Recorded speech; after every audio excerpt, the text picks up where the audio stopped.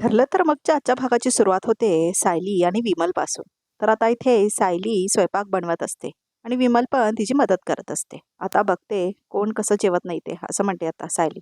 विमल ताई, मी सगळ्यांना बोलून आणता, मी पुण्याजीला बोलवून येते, असं म्हणते आता सायली. हो, असं म्हणते आता विमल. आले. आणि सायली ते स्वयंपाक बनवत असते. तर सायली आता पूर्णाजीच्या खोलीमध्ये जाते. पूर्णाजी, जरा माझ्याबरोबर बाहेर येता का? माझं तुमच्याकडे काही काम आहे, असं म्हणते आता सायली. नको ग बाई, मला झोपायचं आहे, असं म्हणते आता पूर्णाची. तुम्ही झोपा ना, पण नंतर झोपा. आता बाहेर चला, असं म्हणते सायली. अगं, असं म्हणते आता पूर्णाची. मी नेते तुम्हाला, चला, असं म्हणते आता सायली. तर पूर्णाची आपली काठी घेतात आणि सायली बरोबर जायला तयार होतात आणि बाहेर जातात. दादा, तू शांत हो, तू असं काही बोलू नकोस रे, असं म्हणतो आता नागराज रविराजला. मुलं आहेत शेवटी ते, त्यांच्याकडून चुका होणारच ना, आणि आई वडिलांनीच तर सावरून घ्यायला लागतं ना अशा वेळी, असं म्हणतो आता नागराज रविराजला. चुका पोटात घालता येतात नागराज, असं म्हणतो रविराज. कुणी नाही. मला तर असं वाटायला लागलंय की तन्वी माझी मुलगीच नाही आहे, असं म्हणतो आता रविराज. तर नागराज म्हणतो, असं काय बोलतोस तू दादा? तुमचीच मुलगी आहे ती, तुमच्या दोघांची, असं म्हणतो आता नागराज. तर बघा प्रेक्षक, इथे नागराज कायम जे काम करतो ना तेच करत आहे. त्यानं आणलेला प्यादा म्हणजेच प्रिया तुमची मुलगी आहे म्हणून सारखं सांगत आहे तो आता रविराजला. तर मग आता इथे सुमन म्हणते, म्हणूनच धक्का बसलाय ना इतका. निकाल कळल्यापासून माझ्या डोळ्यातलं पाणी थांबतच नाही, असं म्हणते आता सुमन.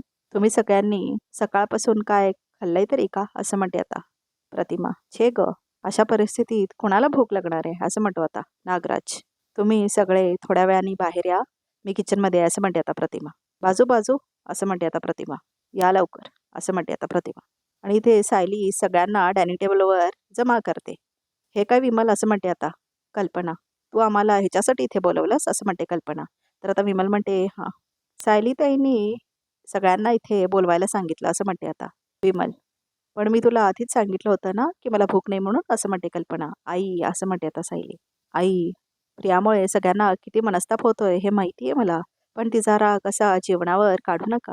खाण्याची इच्छाच नाही, असं म्हणते आता पूर्णाची. तर कसं खायचं? जिच्यामुळे हा एवढा त्रास होतोय तिचा विचार करू नका, असं म्हणते आता सायली. मग जेवण बरोबर जाईल, असं म्हणते सायली. तर प्रताप म्हणतो, सायली अगं, जेवण खरंच शक्य नाही आहे, पण आता मी पानं वाढली आहेत, त्यांच्याकडे अशी पाठ फिरून जाऊ नका, असं म्हणते आता सायली. तर वर थांबून अर्जुन सगळं बघत असतो. तर सायली म्हणते, या आई, चला बसा, चला चला, असं म्हणते आणि आता कल्पनाला बसवते डायनिंग टेबलवरती. सायली, या बसा, बसा बघू, असं म्हणते सायली कल्पनाला. तर प्रताप सुद्धा आता बसतो, कारण त्याला सायली म्हणते, बाबा चला चला बसा, पटकन जेवून घ्या, असं म्हणते आता सायली. चला चला, लगेच बसा, असं म्हणते ती. अस्मिता ताई, या बसा बघू, अस्मिता ताई या बसा, असं म्हणते आता सायली. आणि अस्मिता पण बसते आता डायनिंग टेबलवरती.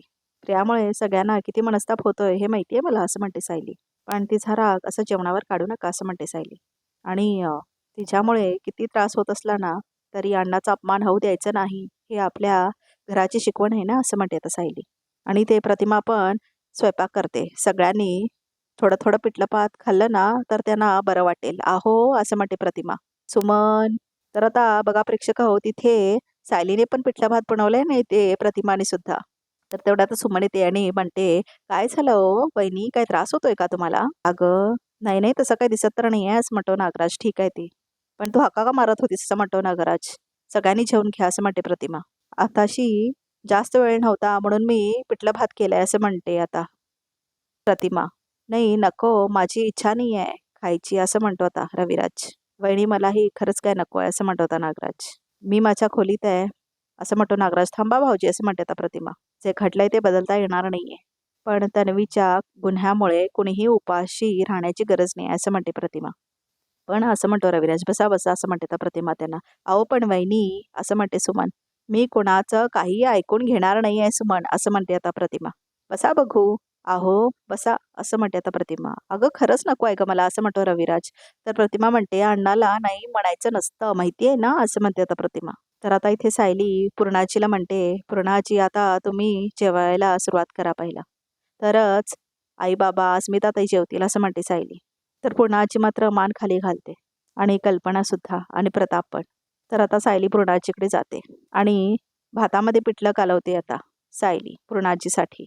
आणि आता त्याचा घास बनवते आणि पूर्णाजीला घास भरवते आता सायली. आणि बाकी सगळे कल्पना, अस्मिता आणि प्रताप मात्र हे सगळं बघत असतात. तर आता पूर्णाजी घास खातात सायलीच्या हातून आणि अर्जुन खूप खुश होतो वरती थांबून. अस्मिता ताई, तुम्हाला आता जेवणाच्या वेळा चुकून चालणार नाही आहे. जेव्हा बघू असं म्हणते आता सायली अस्मिताला. तर अस्मिता म्हणते, "मी एकच गोष्ट परत परत किती वेळा सांगू तुला?" असं म्हणते अस्मिता. "नाही गं, नाही खायचं आहे मला," असं म्हणते अस्मिता. तर आता सायली म्हणते, "तुमच्यासाठी नाही, निदान बाळासाठी तरी तुम्हाला जेवावं लागणारच ना," असं म्हणते आता सायली. "आता तुम्हाला फक्त तुमच्या बाळाचा विचार करायला हवा," असं म्हणते सायली. "ह्या सगळ्यात त्या बाळाचा काय दोष आहे अस्मिताताई," असं म्हणते आता सायली.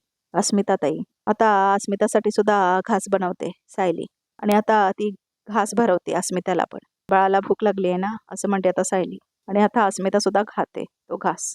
मग आता सायलीकडे पूर्णाची बघून खूप खुश होत असतात आणि सायली पण बघते आता सगळ्यांकडे आणि अर्जुन मात्र खूप खुश होतोय सगळं बघून. तर आता प्रतिमा सगळ्यांना बसवते, रविराज, सुमन आणि नागराजला. "जेवायला सुरुवात करा," असं म्हणते आता प्रतिमा रविराजला. रविराज मात्र खूप नाराज असतो आणि म्हणतो, "मला खरंच नकोय. अण्णाला नाही म्हणायचं नसतं माहिती आहे ना," असं म्हणते आता प्रतिमा. "2 घास तरी खा माझ्या समाधानासाठी," असं म्हणते प्रतिमा. आणि मग आता ती वाढते सगळ्यांना आणि घास बनवते आता ती पण आणि म्हणते रविराजला, "तुम्ही पहिला घास घ्या, मग सगळे जेवतील." "अगं पण," असं म्हणतो आता रविराज. तर आता प्रतिमा खाडवते रविराजला आणि आता तोही घास खातो. तर बघा सेम सीन दाखवलंय. सायलीनी तिच्या घरात सेम केलेलं असतं आणि प्रतिमानी केलेदरांच्या घरी सेम केलेलं असतं. तर माई-लेकीची जोडी ही किती आहे सेम, तरी या लोकांना कळत नाही आहे काय माहीत. "सुमन," असं म्हणते आता प्रतिमा, "जेव ना गं." तर सुमन म्हणते, "वहिनी पण जेवण जातच नसेल तर काय करायचं?" असं म्हणते सुमन. तर आता प्रतिमा म्हणते, "आपण कितीही त्रासात असलो ना, तरी अन्नाचा अपमान करायचा नसतो." आणि आता रविराज घास खात होतो.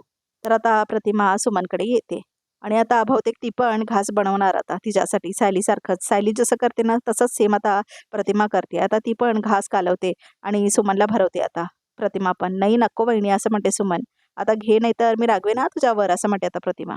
"नाही, नाही मी खाते," असं म्हणते आता सुमन. आणि आता सुमन पण घास खाते आणि सगळे आता हसतात. तर आता नागराज मात्र खाली डोकं घालून बसलेला असतो. "भाऊजी," असं म्हणते आता प्रतिमा. "मी तुम्हालाही राखू शकते हे विसरू नका," असं म्हणते ती नागराजला. "तुझ्यासमोर काय बोलण्याची तुझ्यासमोर कुणाची बोलायची हिंमत आहे का वहिनी?" असं म्हणत होता नागराज. आणि तो मात्र खातो आता. "वहिनी तुम्ही पण बसा ना," असं म्हणते आता सुमन. "हो मी नंतर बसते, तुम्ही जेवून घ्या," असं म्हणते आता प्रतिमा. आणि आता प्रतिमा पण खूप खुश होते. तरी ते प्रताप म्हणतो, "कल्पना तू पण जेव.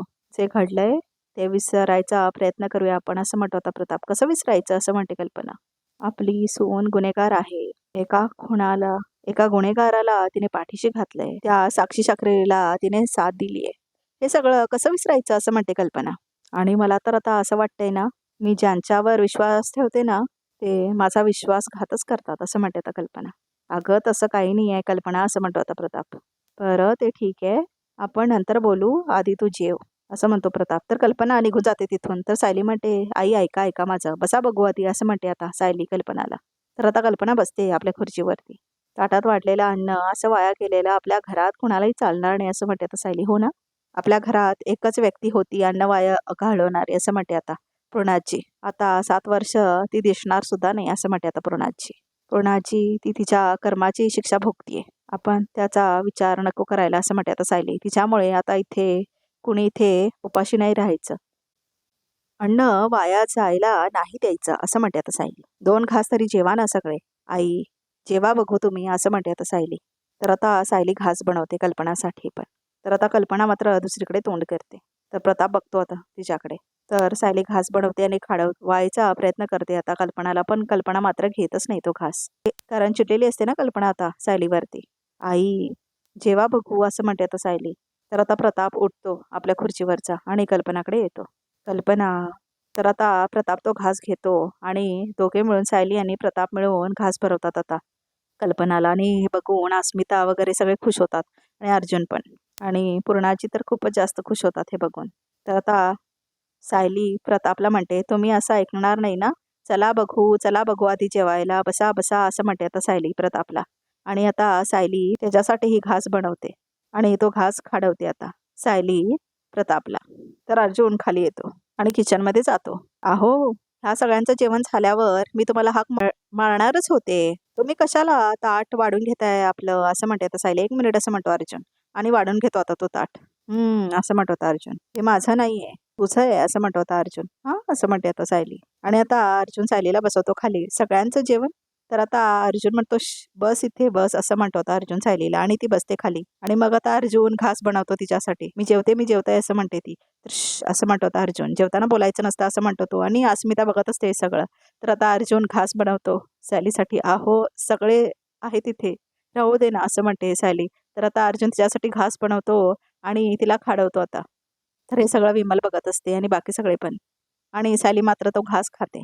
तर पूर्ण आजी वगैरे खूप खुश होतात हे बघून आणि हसतात. तर प्रताप पण आणि कल्पना आणि अस्मिता सुद्धा. आणि अर्जुन हसतो सगळ्यांकडे बघून. अरे बघताय काय, जेव्हा असं म्हणतो आता अर्जुन.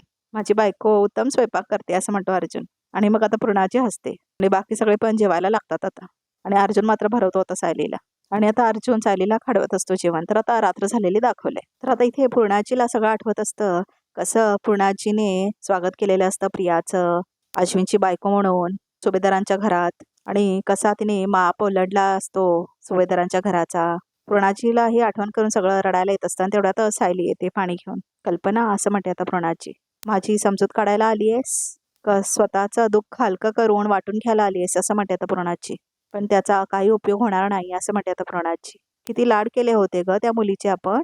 स्वतःच्या नातीपेक्षा तिच्यावर जास्त प्रेम केलं होतं मी असं म्हणते आता पूर्णाजी. पण ती 2 वर्ष आपल्याला फसवत होती असं म्हणते पूर्णाजी.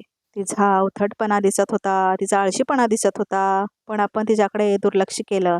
तिचं खोटं बोलणंही आपण पोटात काढलं. कारण ती आपल्या प्रतिमाची मुलगी होती ना असं म्हणते आता पूर्णाजी. पण ती इतकी खोटारडी कशी निघाली ग असं म्हणते पूर्णाजी. तर बघा प्रेक्षक हो, पूर्णाजीनी त्या प्रियाचं एवढं मनमानी ऐकून घेतलं कारण ती प्रतिमाची मुलगी होती म्हणून. तिच्याबद्दल काहीच बोलत नव्हते ना पूर्णाची.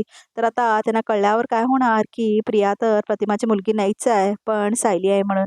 खूप इंटरेस्टिंग होणार आहे ना पुढे हे सिरियल जेव्हा त्यांना कळेल की कोण खरी सायली आहे ते म्हणून. तर आता सायली सगळं ऐकत असते. तर तेवढ्यातच पूर्णाजीला चक्कर येते आणि मनातनं हा विचार काही केला जात नाही असं म्हणते आता पूर्णाजी. तिने स्वार्थासाठी मधुभाऊनं अडकवलं. अगं ज्या माणसाने तिला लहानपणापासून आधार दिला, वडिलांचं प्रेम दिलं, त्यांना त्यांना ती फासावर चढवायला निघाली होती असं म्हणते आता पूर्णाजी. आणि त्यांना आता चक्कर आल्यास होत असते. आणि तरीही मान वर करून फिरत होती सगळीकडे. उद्या तिने आपल्या बाबतीत केलं असतं तर असं म्हणते आता पूर्णाजी. कुठल्या अभद्र मुहूर्तावर मी अश्विनचं लग्न तिच्याशी लावून दिलं ग असं म्हणते आता पूर्णाजी. त्याच्या आयुष्याची राख रांगोळी केली मी असं म्हणते पूर्णाजी. माझ्या डोळ्यावरती तेव्हा कुठला पडदा पडला होता ग असं म्हणते पूर्णाजी. का मी माझ्या भोळ्या अश्विनला इतक्या दुःखात लोटलं का म्हणून रडायला लागते पूर्णाजी. का मी तिला आपलं घर मोडू दिलं का. ती ती इतकी मोठी घोडचूक मी कशी केली असं म्हणते आता पूर्णाजी. आणि चक्कर येते तिला. तर आता सायली येते आणि म्हणते काय होते तुम्हाला पूर्णाजी. पूर्णाजी आहो आहो मग ओरडायला लागते आता सायली. अस्मिता ताई आई बाबा लवकर या असं म्हणते आता सायली. आणि पूर्णाजीला मात्र चक्कर येते आणि डोकं धरतात त्या. तर आजचा भाग इथे संपतो. तर बघूया तर रिकॅपमध्ये काय आहे ते. तर आता कल्पना पाणी शिंपडते पूर्णाजीच्या तोंडावर आणि म्हणते पूर्णाजी पूर्णाजी अगं सायली तू काय बोललीस का पूर्णाजी ना असं म्हणते कल्पना. तर सायली म्हणते नाही आई, उलट त्यांना माहीतही नव्हतं की मी खोलीत आले असं म्हणते आता सायली. तर आता अर्जुन फोन लावतो अश्विनला. तर अश्विन फोन घेत नाही. तर प्रताप म्हणतो फोन लागत नाही का अश्विनला. नाही डॅड तो फोन घेत नाही असं म्हणतो आता अर्जुन. तर आता इथे मैपतला दाखवलंय आणि तो आता सायली आणि प्रियाला भेटायला आलेला असतो. तर आता मैपत गळा धरतो प्रियाचा आणि म्हणतो काय बोललीस तू कोर्टात. साक्षीने गोळी झाडली का. आता बोल ना खरं. साक्षीने झाडली असं बोलली होतीस ना कोर्टात. आता बोल ना परत. साक्षीने गोळी झाडली म्हणून असं म्हणतो आता मैपत गळा धरून चा. तर आता एक दगड पडतो सुभेदारांच्या घरी आणि त्याच्यामध्ये एक चिठ्ठी असते आणि ती आता जाऊन सायली बघते आणि ती वाचायला लागते. आणि त्यावेळेला यांच्या घरात काहीतरी पूजा असते बघा प्रेक्षक हो. तर त्या चिठ्ठीत असतं अर्जुन आता वेळ आहे तुझा जीव घेण्याची असं लिहिलेलं असतं त्यात. तर आता सगळे घाबरतात हे वाचून. आणि आता रिकॅप सुद्धा इथेच संपतो. तर प्रेक्षक हो, चॅनलला नक्की सबस्क्राईब करा.